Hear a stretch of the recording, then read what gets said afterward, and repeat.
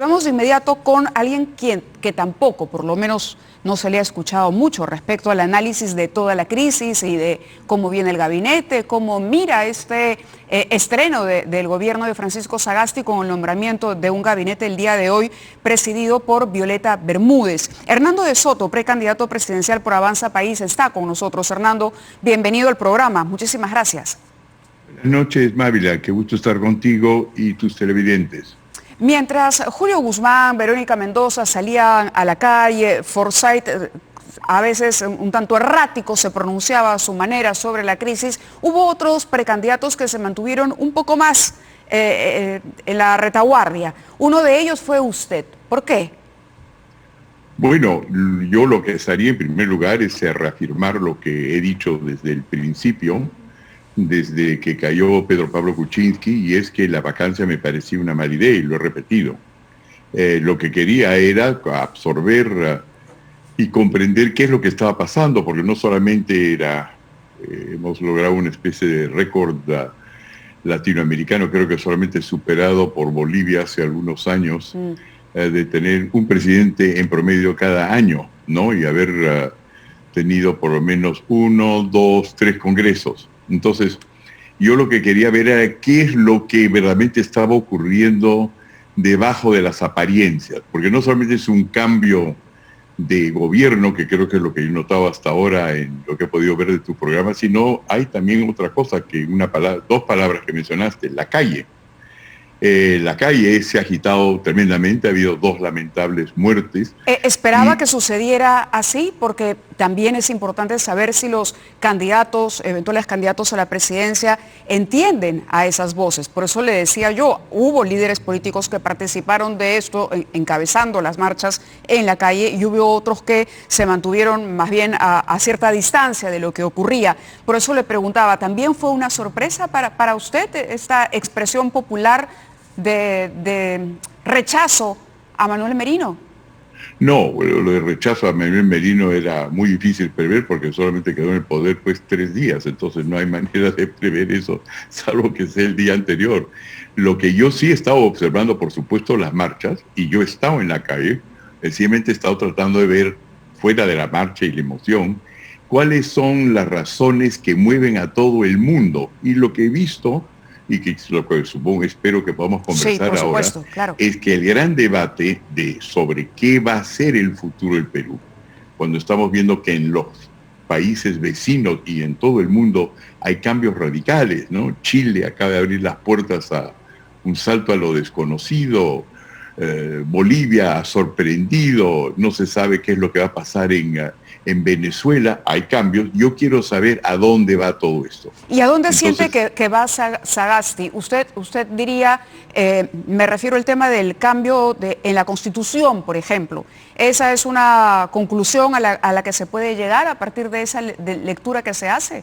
Claro, la primera cosa que se ve, si uno mira con detenimiento, más allá de las bombas, más allá de los enfrentamientos físicos, por todos lados hay nueva constitución.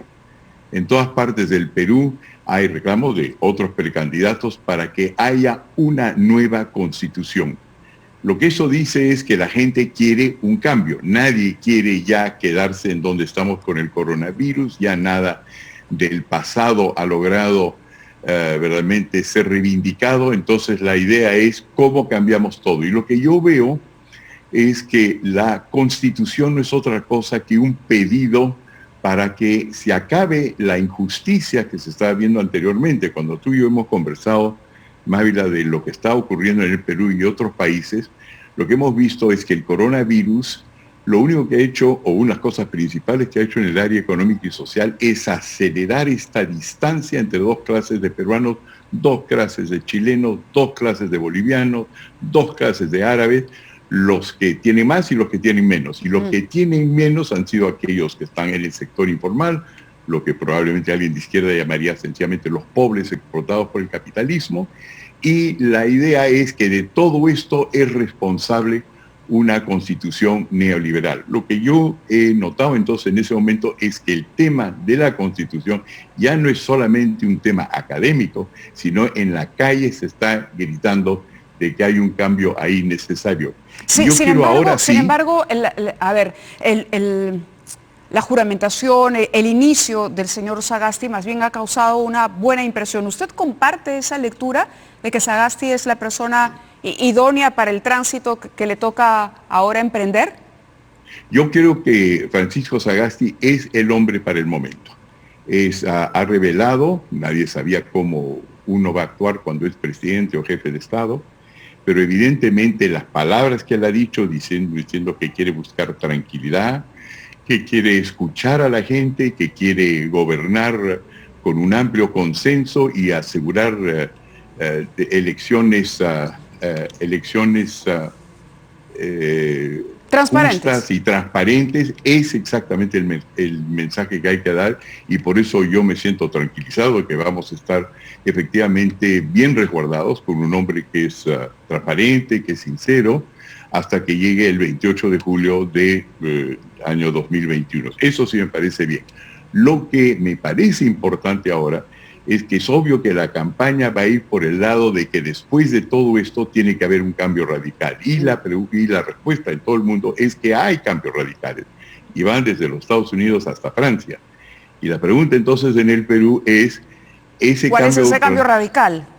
¿Cuál es ese cambio radical? El pedir que haya una nueva constitución es pedir que ocurra en el Perú la misma cosa que está ocurriendo, por ejemplo, en Chile, que significa arrasemos con lo que está ocurriendo. Entonces, en ese sentido, lo que yo estaba pensando, y una cosa que quiero proponer ahora, es que yo quisiera que el debate vaya en esa dirección, porque yo no creo que el cambio se va a lograr, el cambio que todos deseamos, porque no podemos continuar. ¿Y siente realmente que hay una mayoría en el país que quiere un cambio en la Constitución?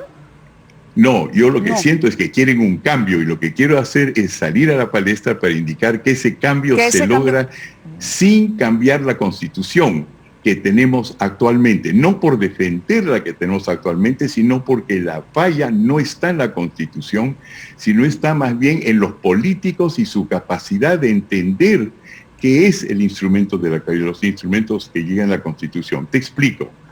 De acuerdo, entonces se ha colocado en la orilla exactamente opuesta a la de Verónica Mendoza, que digamos... Exactamente. Entonces, por ejemplo, lo que dice Verónica, y me parece correcto, lo que dicen también todos aquellos que se oponen al status quo y que no les gusta la economía de mercado, es que la situación económica, la situación social en el país no puede seguir. Pero si nosotros miramos la Constitución, esta, la de hoy, o la de 1979, que es la anterior, todas dicen, y me permito leer el artículo 1 de la Constitución peruana, dice, es sobre el respeto a la dignidad de la persona humana. Todo el mundo está de acuerdo con eso, pero la persona humana no es un término abstracto, sino individual. Entonces, si uno ve en lo que se refiere a la dignidad de la persona humana en el Perú, uno se da cuenta que la primera cosa que se pide es la igualdad ante la ley. Y si uno ve qué pasa con la mayor parte de peruanos que están agremiados por comunas o todos estos sistemas colectivos de propiedad y de gobernanza en el Perú, ninguno de ellos puede negociar, transferir, dividir, ni palanquear las cosas que les pertenecen. Si uno dice que el Estado y todos ellos tienen libertad de la información y se da cuenta que hay un sector informal que no está informado, ni siquiera sabemos a quién le llegan las bonificaciones, dónde están los más pobres, quiénes han sido los que han recibido mayor muerte por el coronavirus, nos damos cuenta que la información no es igual para todos. De acuerdo. Entonces, si seguimos leyendo que todo, por ejemplo, que todo ciudadano tiene derecho a elegir, eso es el segundo artículo de la Constitución peruana, su lugar de residencia, nos damos cuenta que los comuneros, por ejemplo, en el Perú, sus derechos están confinados a una sola comunidad, porque si cambian de comunidad o de un lugar al otro, pierden todo de lo que tenían anteriormente. Entonces la pregunta es la siguiente. De alguna manera, sí, yo entiendo lo del debate, pero de alguna manera también entiendo que el camino que está comenzando el gobierno del señor Sagasti al colocar a una persona como Waldo Mendoza, por ejemplo, a la cabeza del Ministerio de Economía, va en el sentido de mantener más bien las bondades de ese modelo. ¿A usted le ha parecido sido una elección adecuada la que ha hecho el presidente junto a Violeta Bermúdez, presidenta del Consejo de Ministros, de los encargados de las distintas carteras, sobre todo de las más sensibles?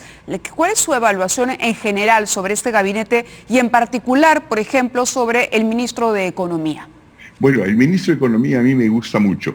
Además lo conozco sobre todo a través de tus programas, a tal punto que yo en algún momento he considerado, y sigo considerando, la posibilidad de, si nosotros alguna vez somos gobierno, tenerlo a don Waldo adentro. Me parece una persona estupenda por todo lo que yo le escucho y le leo. Pero a lo que yo voy, que creo que es importante, es que nuestro amigo Francisco Sagasti, el nuevo presidente interino del Perú, va a gobernar solamente unos 9, 10 meses.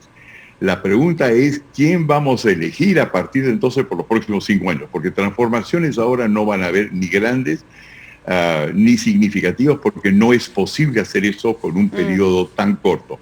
Y en ese sentido, yo lo que estoy viendo es la cosa siguiente, que todas las cosas que faltan en el Perú no son porque faltan los ítems de la Constitución, sino porque falta la legislación que es necesaria para implementar las reformas que son necesarias. En otras palabras, al decir que las leyes maestras han de cambiar, que son las leyes básicas, la madre de todas las leyes que son la Constitución, lo único que haría eso es sumirnos en un debate que va a durar 3 años, durante los cuales nadie va a querer invertir en el Perú, ni los más pobres invertir. ¿Y usted siente que ese es un peligro latente, real?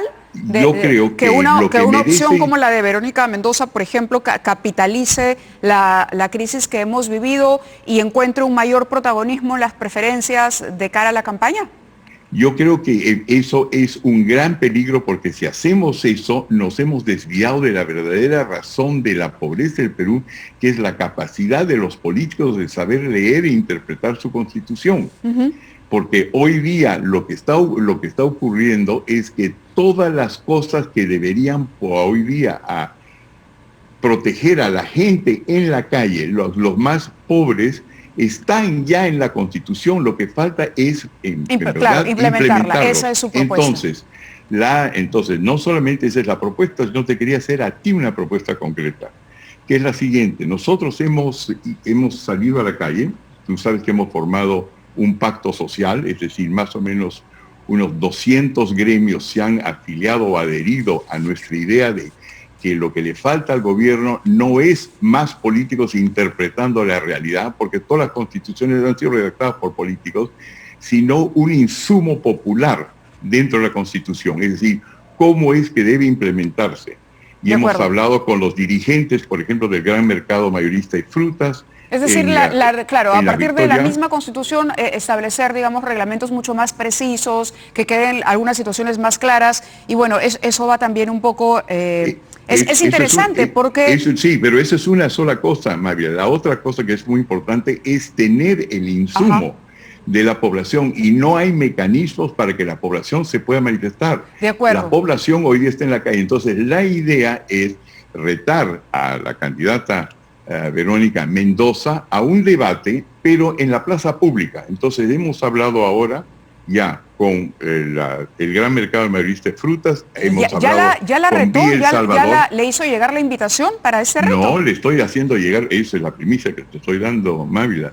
Estoy haciéndola llegar a través tuyo, y mañana o pasado le llega la carta a ella como a ti, pidiendo que de aquí en adelante tendremos por lo menos 4 debates en distintas plazas públicas del Perú, en la calle, con las personas en los mercados que están ahí, que son mayormente gente que son empresarias que dependen de comprar y vender en el mercado informal, y son la mayor parte del Perú, y quiero escuchar las propuestas para hacer un cambio de constitución y en qué consiste esto delante del sector popular, con una moderadora creíble que eres tú, pero en la plaza pública, en las calles y en el mercado. Vamos a ver primero qué es lo que dice la señora Mendoza. La propuesta queda clara, serían 4 debates de cara a la población en la calle para hablar de cómo hacer que esta Constitución represente mucho mejor esa voz que se ha sentido ahora y que aparentemente no está representada por el Parlamento, por ejemplo. Correcto, Mabel, y para saber si necesitamos cambiar la Constitución o ya está todo en la Constitución, lo que ha faltado es que la señora Verónica Mendoza, como muchas personas muy respetables, han estado en el Congreso, han podido dar las leyes y no las han dado. Entonces el problema no vendría a ser la Constitución, sino más bien la capacidad de nuestros políticos de entender qué es lo que pasa en el país. De aplicarla. Muy bien, muy bien. Le agradezco mucho, Hernando, que haya estado esta noche con nosotros. Está el reto planteado entonces y nada, esperamos la respuesta de Verónica Mendoza, a ver qué es lo que sucede. Sería bacán porque, entre otras cosas, la aprecio mucho, la admiro mucho. Va a ser un debate que además va a durar hasta el final de las elecciones porque es el tema mayor. ¿A dónde vamos para que no acabemos como Chile, sencillamente mirando un túnel oscuro? O para que no se repita la crisis que hemos visto en los últimos días. Muchas gracias, Hernando de Soto, por estar con nosotros. Muy buenas noches. Gracias.